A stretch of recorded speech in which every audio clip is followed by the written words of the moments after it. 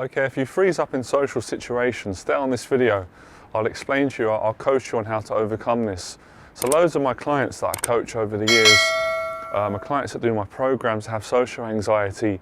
They freeze up in social situations, and sometimes it happens, they freeze up with me when we're in a session, or it happens when they speak to other people. And I had the same problem as well. And I know this is a horrible thing when you first suffer with this, because it's really embarrassing and it's really uncomfortable. And it feels really awkward when you're talking to someone and all of a sudden you panic, you go into fight or flight, you start worrying, you start overthinking, and then you can't respond. You just go numb, you just freeze up. And some people just literally can't speak. Some people just will freeze in a social situation. I think that's happened to everyone. I'm certain at some point everyone's had that, where you might have been at an event or on a date or a job interview or with friends or family. You're talking and all of a sudden you become aware of the fact that you're worried about getting awkward, and then it happens and then you freeze, you're like that. And then you just look at the person and you can't get your words out. So the way that you overcome this, it's not going to be what everybody wants to hear initially. The only way that you can overcome it is you have to keep facing that situation, and you've got to keep facing it again and again and again until you get to a point where you become more comfortable in that situation, you get used to it, and your body and your mind stops reacting in that way.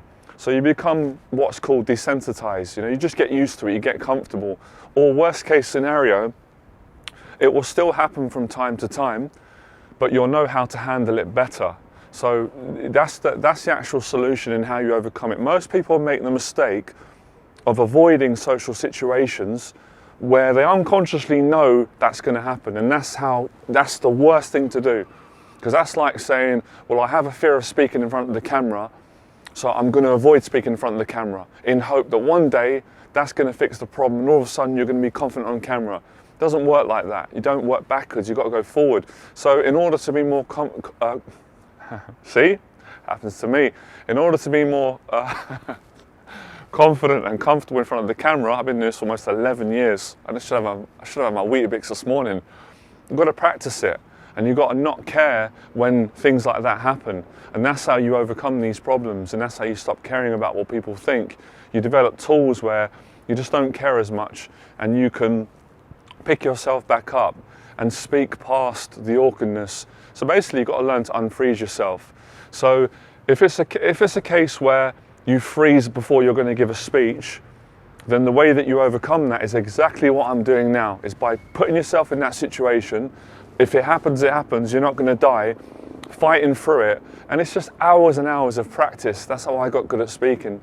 That's how I overcame most of my social fears. And as I said, some of the existing fears that I still have, that everybody has, which is normal and human, I can control them. I can overcome them. I can control my anxieties and communicate, or accept that some days where, yeah, I'm going to get awkward like everybody else, and move on, and the next day will be better. So the mindset should be very positive, but you can only really get this mindset that I've developed, and my clients develop, or anyone that's practiced, through practice. So you have to practice going into these situations. And I know it's scary, because when you have these little social mishaps, the last thing you want is to re-experience that again. But that's the only way you're going to grow and get past these problems. And then you're going to get to a point where you can speak the way I'm speaking now, where you can be yourself, you can be free, you can speak from your emotions, speak from your heart, and you can be confident and more relaxed. So you've got to get comfortable being uncomfortable until you become comfortable, and that happens through practice. And obviously practice is really, when you put in a lot of practice and time and hours, you build momentum. Momentum's almost like an extra bit of help that you get that carries you through these situations with a lot more confidence and a lot more relaxation. So if you put in hours and hours of practice, you can really eradicate most of the anxiety. You're always going to have a little bit, because that's just human, and that's just part of being normal and having feelings. But it's not going to show up as heavy as it probably is showing up for a lot of you right now. And that's how I did it, because I was exactly the same as my clients. I used to always freeze in social situations. I couldn't speak for more than like 10 seconds because I was always worried about stuttering and getting awkward and not getting my words out and freezing up. So remaining silent won't fix the problem. It will protect you from those triggers and maybe getting uncomfortable in front of people, but in the long run, the problem isn't going to go away. You have to actually go into situations knowing and even expecting these triggers to arise in you, so then you can get ready and practice them. So I'll explain that tip again, which is really good.